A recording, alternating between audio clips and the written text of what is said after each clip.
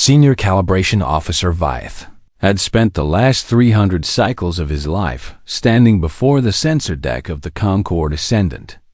And in all that time, he had never once questioned the machine's accuracy.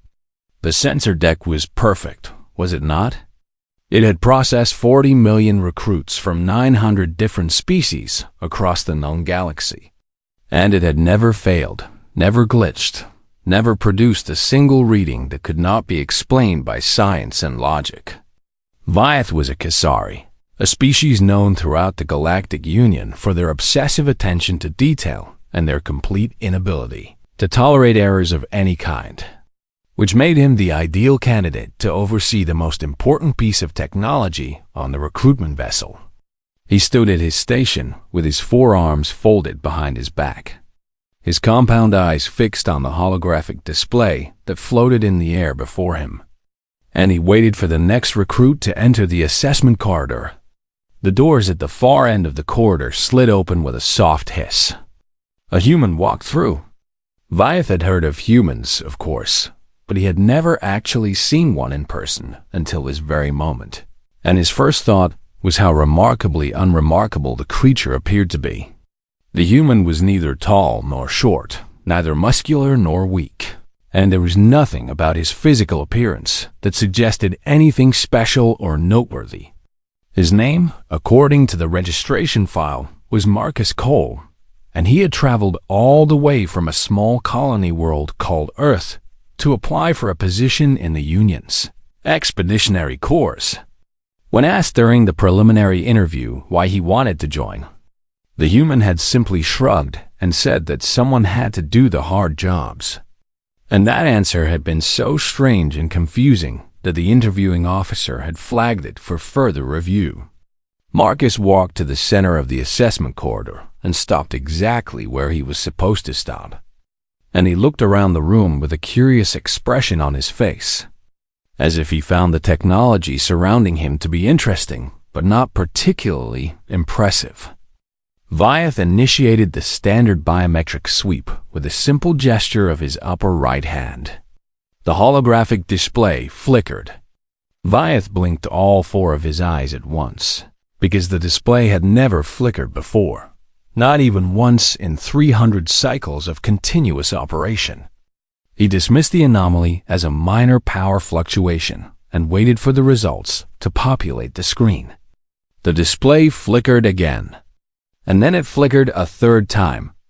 The first reading appeared on the screen, and Vyeth felt his respiratory membranes constrict in confusion. The sensor deck was reporting 2 heartbeats inside the human's chest. That was impossible, was it not? Because humans only had 1 heart according to all known biological records? Vyeth watched in stunned silence as the reading changed from 2 heartbeats to 4. Heartbeats to 6 heartbeats, and then suddenly dropped to 0. Heartbeats for exactly 1.3 seconds, before climbing back up to 1. He ran a quick diagnostic on the cardiac monitoring system, and the diagnostic came back clean, which meant the sensors were working perfectly. The second reading appeared, and this one was even more disturbing than the first. According to the mass detection array, the human weighed negative mass for exactly 0.003 seconds. Negative mass. That was not just impossible, but physically absurd, because nothing in the known universe could have negative mass. Vyeth's upper left hand began to tremble slightly as more readings populated the screen. The human's body temperature was being reported as both hypothermic and feverish at the same time, which made absolutely no sense at all.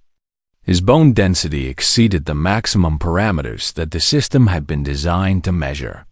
His neural activity was fluctuating in patterns that the analytical software could not categorize or explain. Vyeth pulled up the diagnostic menu and ran a comprehensive system check on every single component of the sensor deck, from the quantum processors at its core to the photonic emitters on its surface. Every component was functioning within normal parameters. The machine was working perfectly, which meant the readings were accurate, which meant the human standing in the assessment corridor was somehow breaking every rule of biology and physics that the Galactic Union had ever established. Vyeth looked down at the human through the observation window. Marcus Cole had pulled a small device from his pocket and appeared to be playing some kind of game on it, completely unaware that he had just caused the most sophisticated sensor array in the known galaxy to produce results that defied all rational explanation. A soft chime sounded from the communication panel, and Vyeth reached over to accept the incoming call. The face of his supervisor appeared on the secondary display, her expression sharp with curiosity. "We are receiving anomalous data from your station," she said, in a tone that suggested she suspected equipment failure. "I have already run diagnostics," Vyeth replied, struggling to keep his voice steady. "The sensor deck is functioning at optimal capacity, but the recruit in my corridor is producing readings that I cannot explain." "What species is the recruit?" "Human." There was a long pause on the other end of the communication. "Send me the data immediately," his supervisor ordered. "I am routing Chief Science Adjutant Corral to your location, and you are not to allow that human to leave the assessment corridor until she arrives. Do you understand?" Vyeth understood perfectly. He terminated the communication and turned his attention back to the observation window, where the human had finished his game and was now stretching his arms above his head in what appeared to be a casual display of physical flexibility.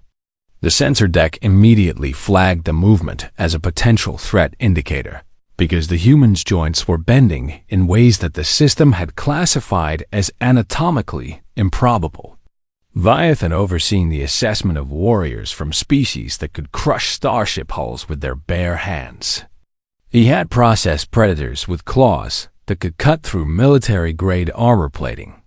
He had evaluated beings made of living energy and creatures that existed in multiple dimensions simultaneously.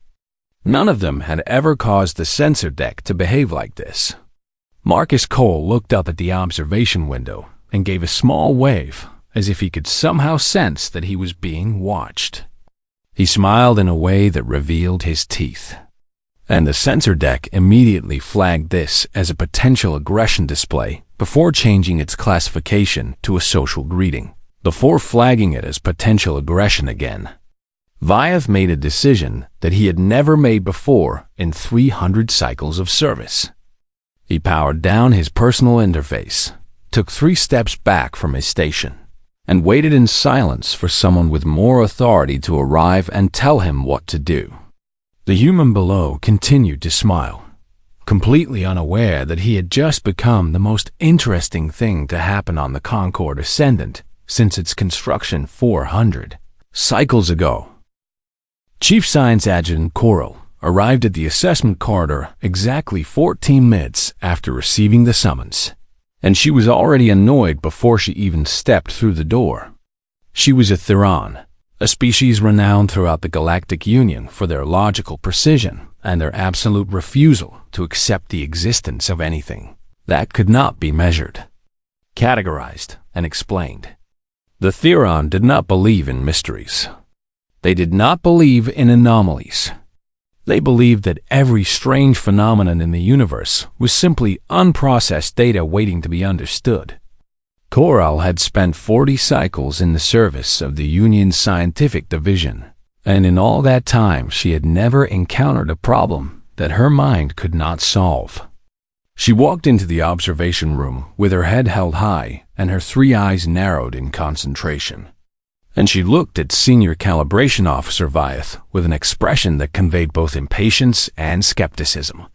"Show me these impossible readings," she demanded. Vyeth gestured toward the holographic display without saying a word, because he had learned long ago that the best way to deal with Theron scientists was to let the data speak for itself. Coral studied the readings for exactly 90 seconds.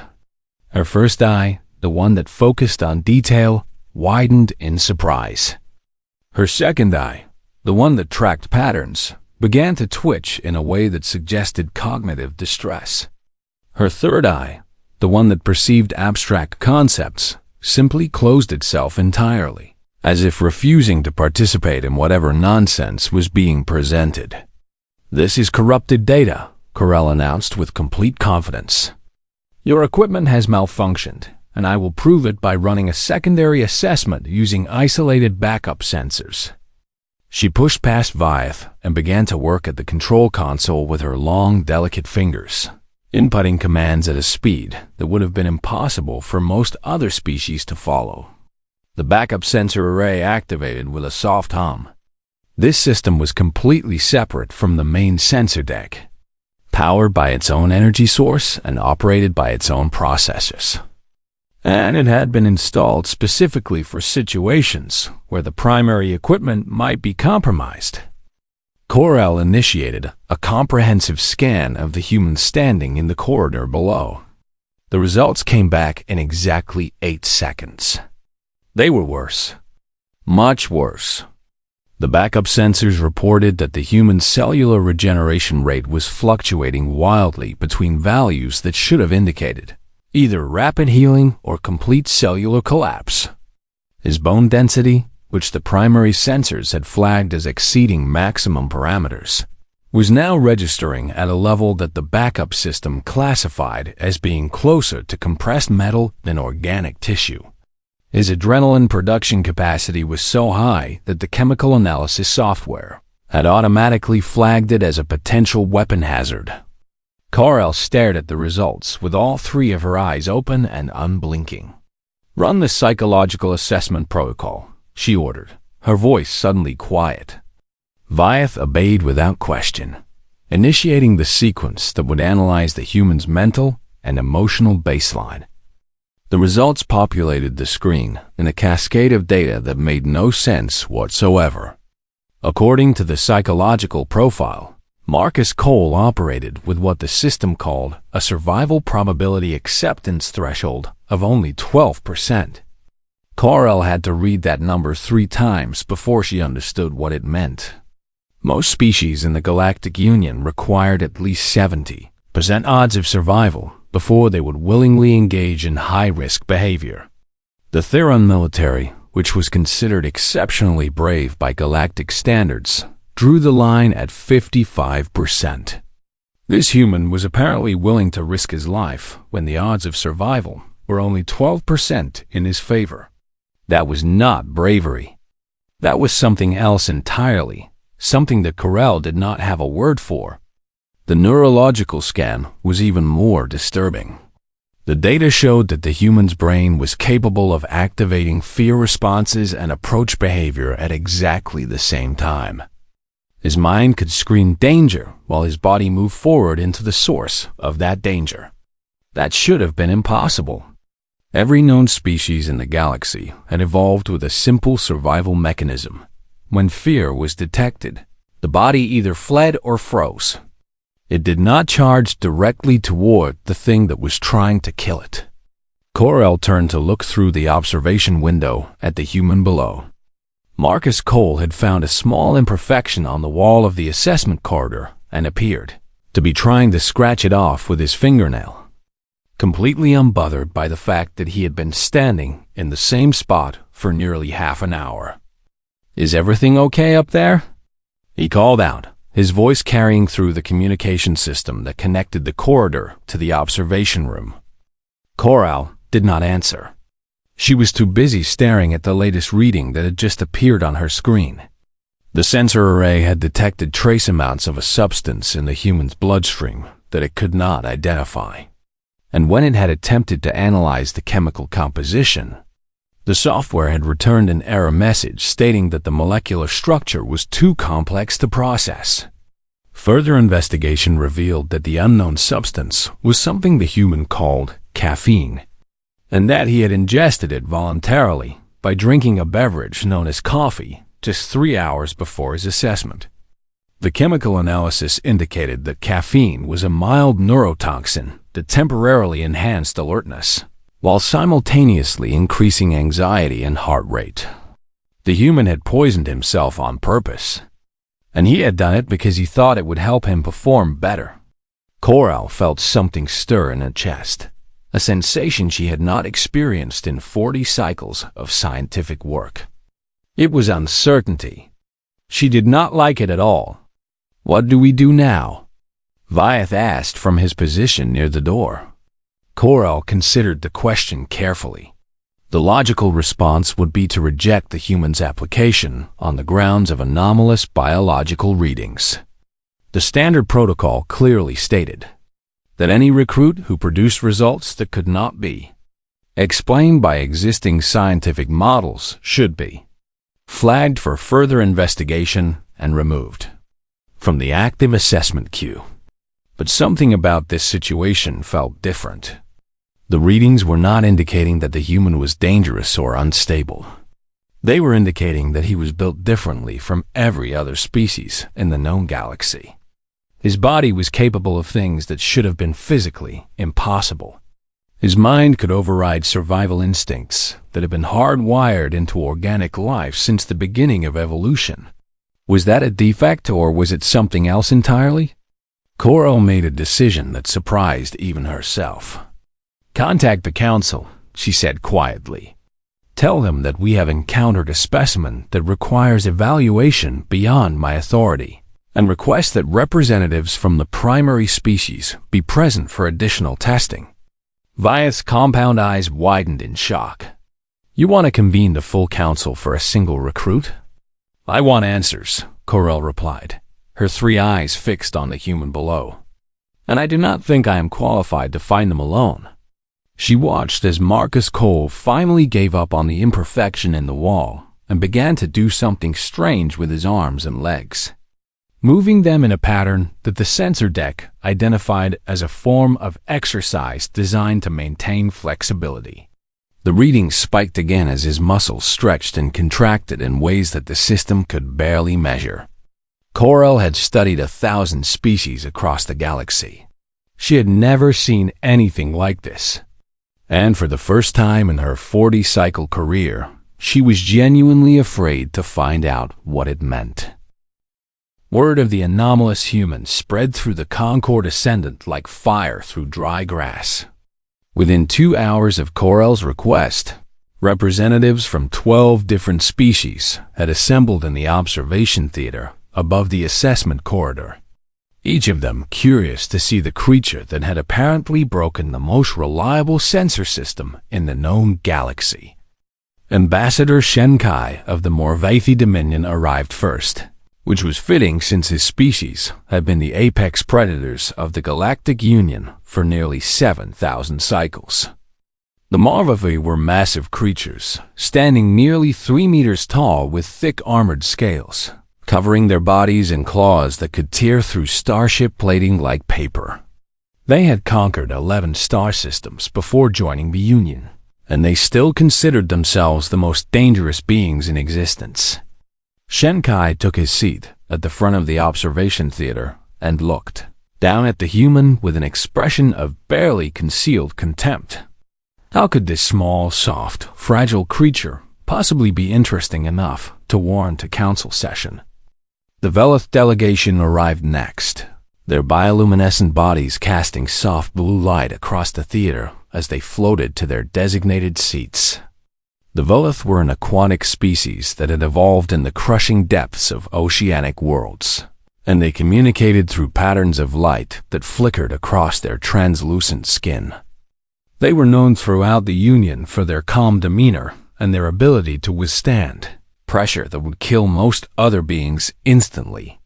After them came the Karathi, the Sisterhood of Nexus, the Machine Collective of Axis 7, and 6 other delegations representing species from across the known galaxy.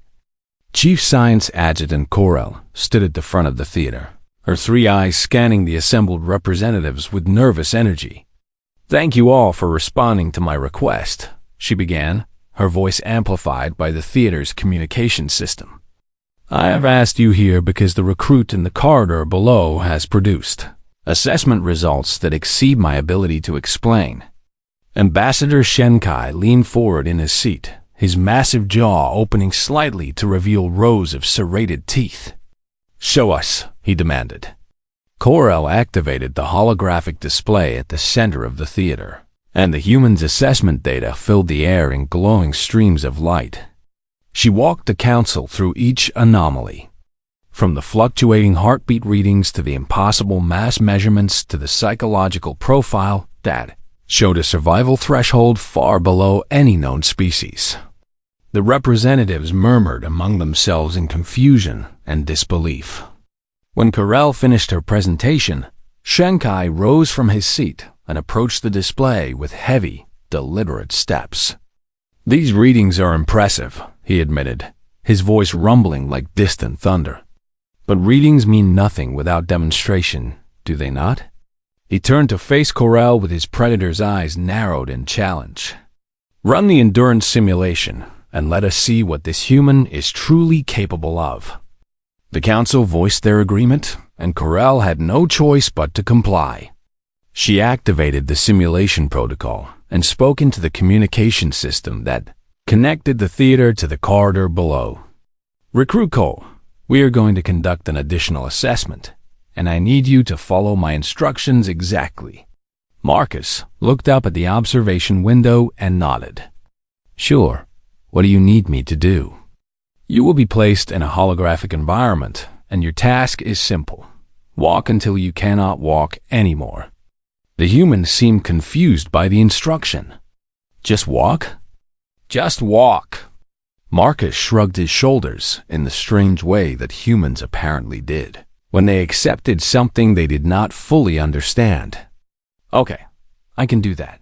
The holographic projectors in the corridor hummed to life, and suddenly Marcus was no longer standing in a metal room but in an endless desert landscape that stretched to the horizon in every direction.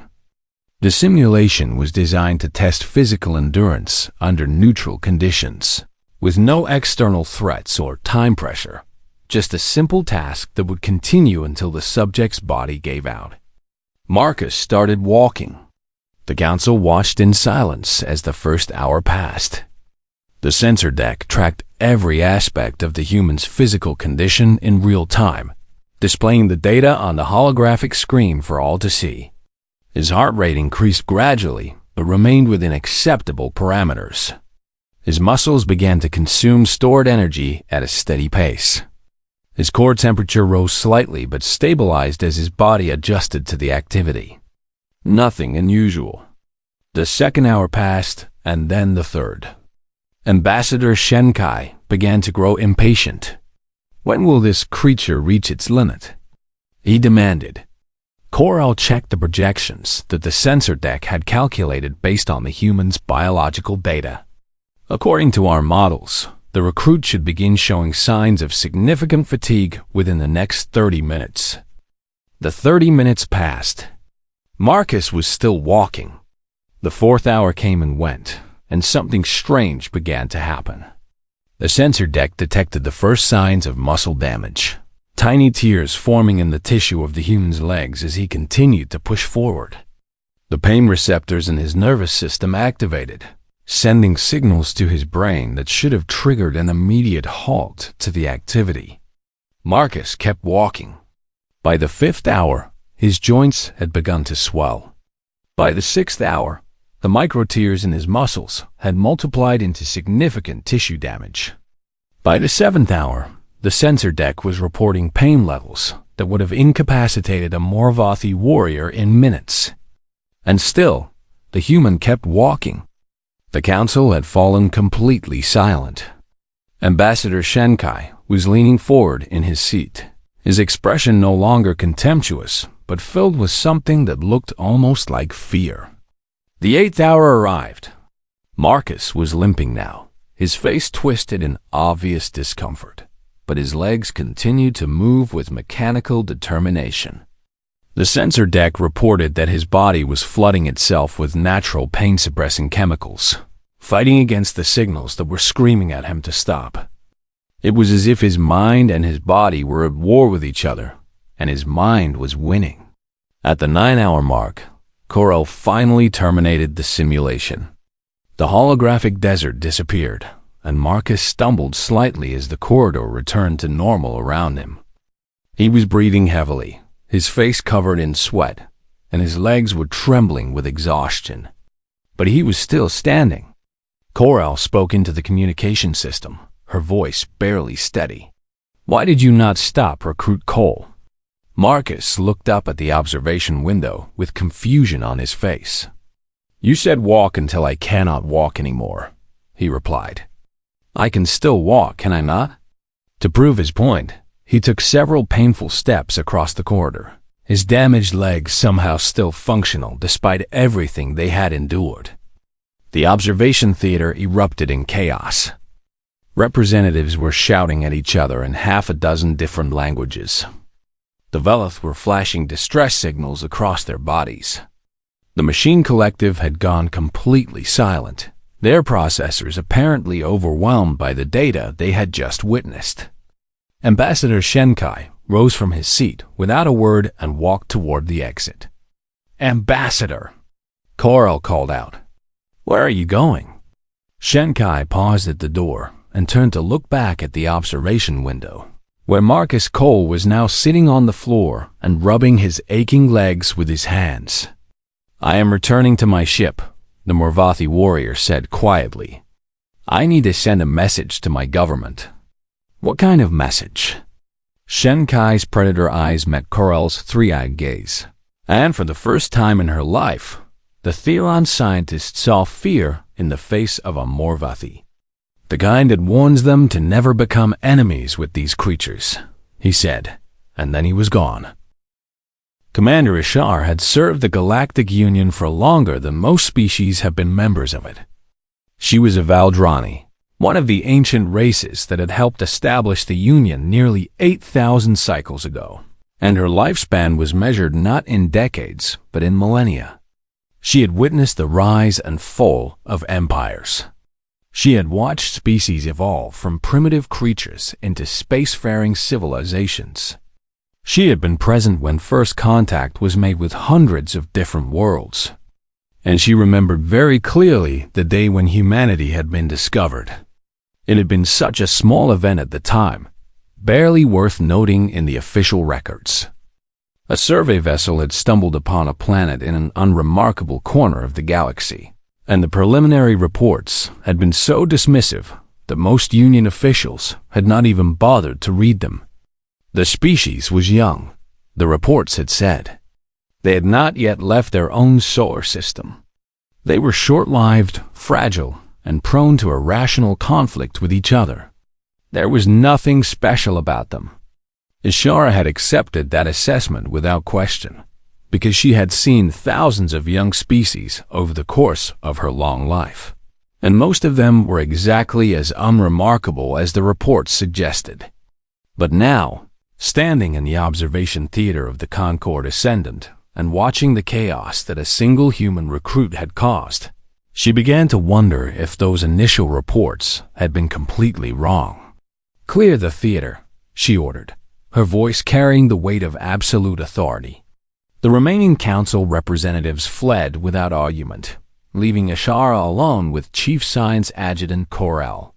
"Show me everything," Ishara said. Corel nodded and began pulling up every piece of data that the sensor deck had collected over the past 12 hours.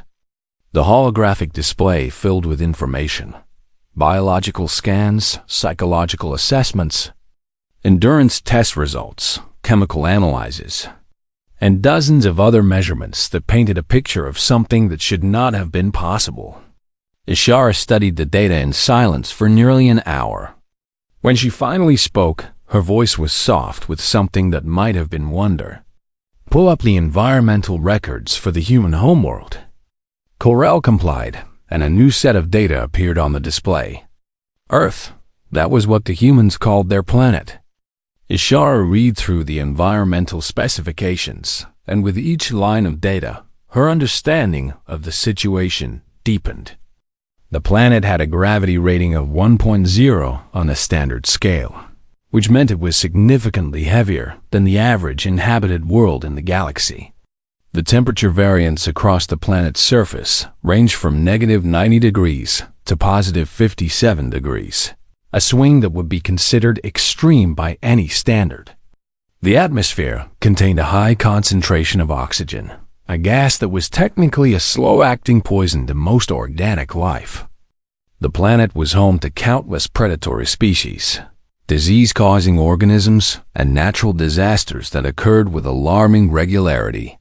By galactic classification standards, Earth was a Category 4 death world. Ishara had to pause and process that information. Category 4 was the second highest danger rating that the Union assigned to planetary environments. Most species that evolved on Category 3 worlds were already considered exceptional. Category 4 worlds typically did not produce intelligent life at all, because the conditions were simply too harsh for complex organisms to survive long enough to develop higher brain functions. But humans had not just survived on their death world. They had thrived. They had built civilizations, developed technology, and eventually reached out into the stars. And they had done it without any of the natural advantages that other species possessed. They had no armor like the Morvathi. They had no pressure resistance like the Voleth. They had no venomous defenses, no regenerative capabilities, no natural weapons of any kind. All they had was their strange, contradictory biology and their stubborn refusal to die. Ishara began to see the pattern now. The fluctuating heartbeat readings made sense when she considered that humans had evolved to survive extreme physical stress. The impossible bone density was a response to their high-gravity environment. This psychological profile that showed a 12% survival threshold was not a defect but an adaptation, a willingness to take risks that would have been suicidal for species from gentler worlds. And the endurance test. That made the most sense of all. Ishara recalled the ancient records of Earth's evolutionary history, and she remembered something called persistence hunting. Long before humans had developed technology, they had survived by chasing their prey across vast distances, not through speed but through sheer endurance. They would follow an animal for hours, sometimes days, until the creature collapsed from exhaustion, and then they would simply walk up to it and kill it. No other species in the galaxy had evolved this way. No other species had needed to. But humans had needed to, because their world had demanded it of them. Ishara turned to Corral, who was watching her with all three eyes wide with anticipation. "The sensor deck did not malfunction," Ishara said. "I suspected as much," Corral replied, "but I could not understand what I was seeing." Ishara gestured toward the display. "You were seeing a species that evolved on one of the most hostile planets in the known galaxy. A species that has spent millions of cycles being selected for traits that the rest of the universe would consider impossible." She pointed at the psychological data. "Their minds experience fear, but they have the ability to override it." She pointed at the biological data. "Their bodies experience pain, but they can choose to ignore it." She pointed at the endurance test results. "They break down, they tear themselves apart, and then they rebuild themselves stronger than before." Corral was silent for a long moment. "What does this mean for the Union?" she finally asked. Ishara considered the question carefully. The Galactic Union had existed for 8,000 cycles, and in all that time, a certain balance of power had been maintained. The Morvathi were the warriors. The Theron were the scientists. The Voldrani were the diplomats. Every species had their role, their strengths, their limitations. But humans did not fit into any category.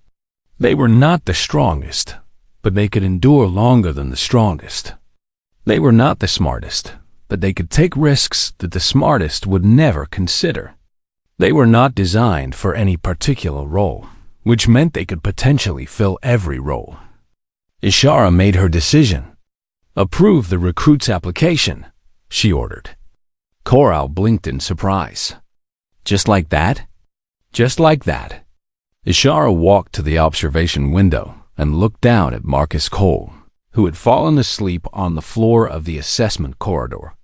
Even in sleep, his face twitched with movement, his brain still active, still processing, still refusing to fully shut down. and send an encrypted message to Union High Command. Ishara continued. Tell them to reevaluate all tactical projections involving human participation, because our previous models are dangerously inaccurate. Corel nodded and began composing the message.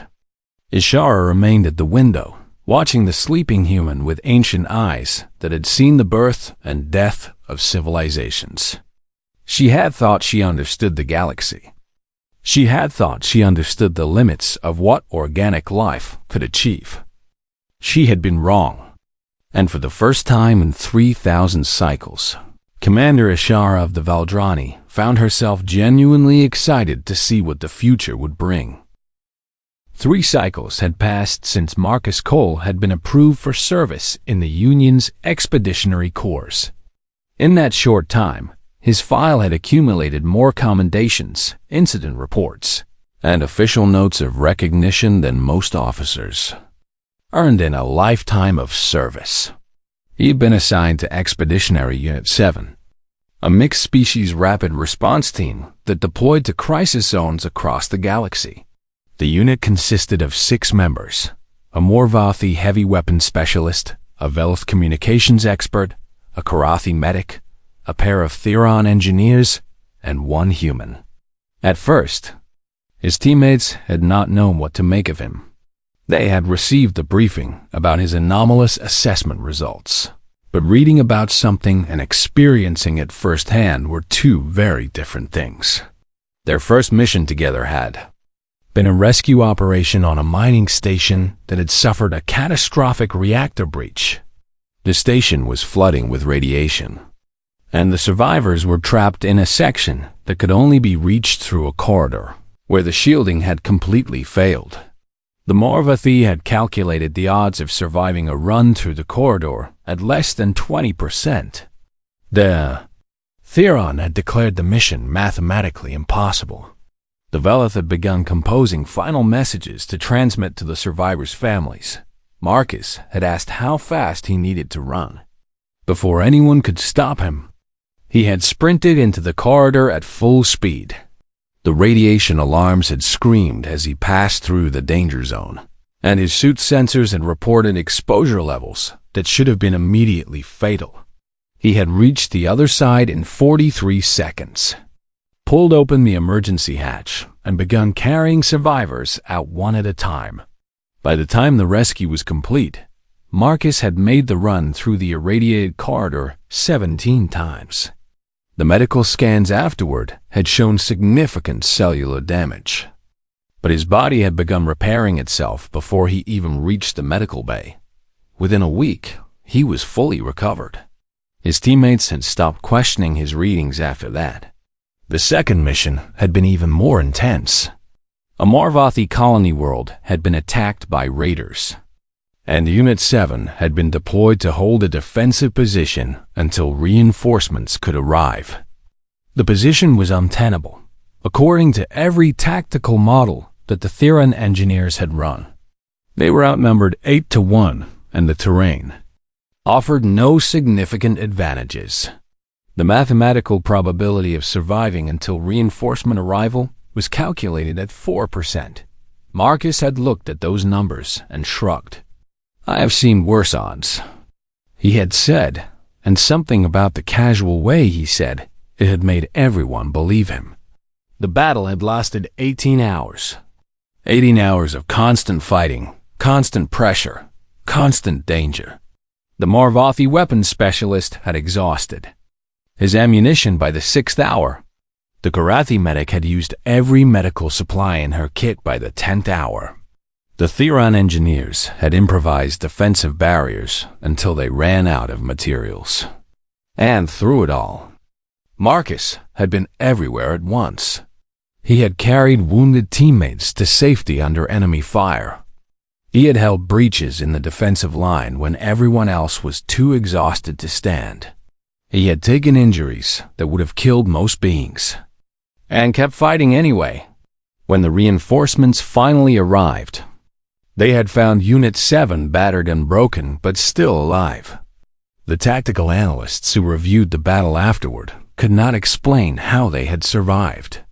The numbers simply did not add up. But Marcus had just smiled and said that numbers were not everything.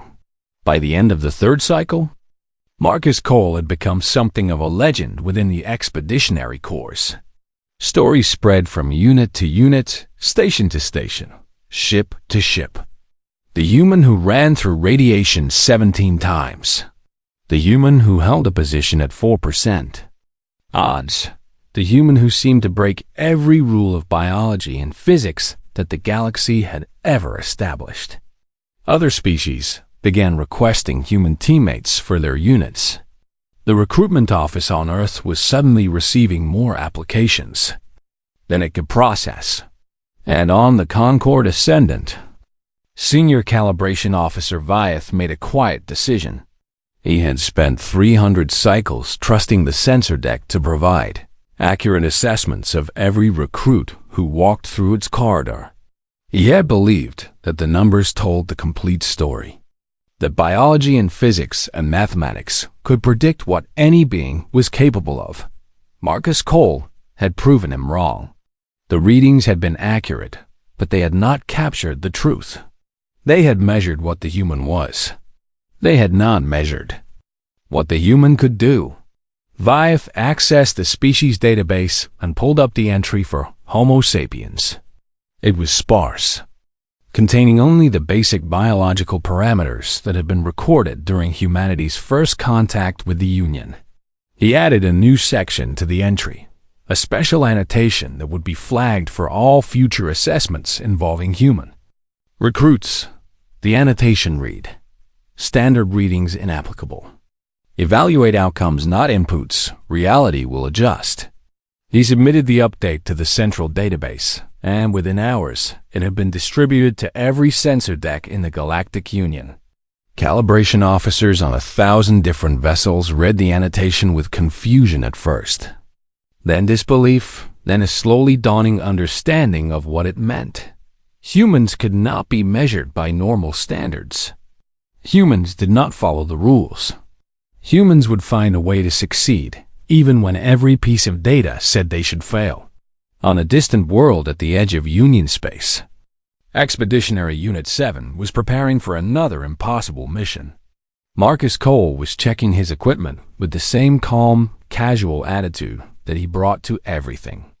His Marvathi teammate, the massive warrior who had once looked at humans with contempt, watched him with something that looked almost like respect. "Do you ever feel afraid?" the Marvathi asked. Marcus looked up and considered the question. "All the time," he admitted. "Then how do you do the things you do?" Marcus smiled in that strange human way that still occasionally triggered aggression warnings on nearby sensors. "Being afraid and giving up are not the same thing," he said. "On my world, we learned a long time ago that fear is just information, and information can be ignored if you have a good enough reason. And what is your good enough reason?" Marcus finished checking his equipment and stood up to face his teammate. "Someone has to do the hard jobs," he said.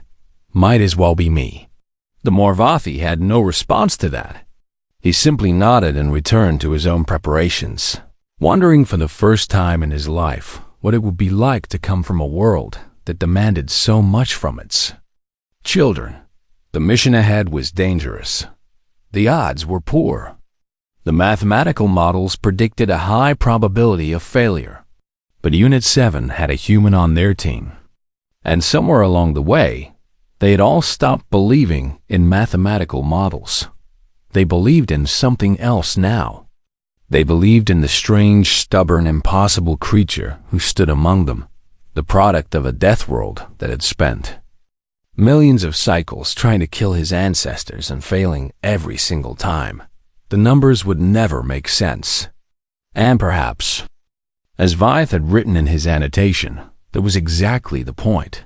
Humanity had joined the Galactic Union. The readings would never match reality again, and the galaxy would never be the same.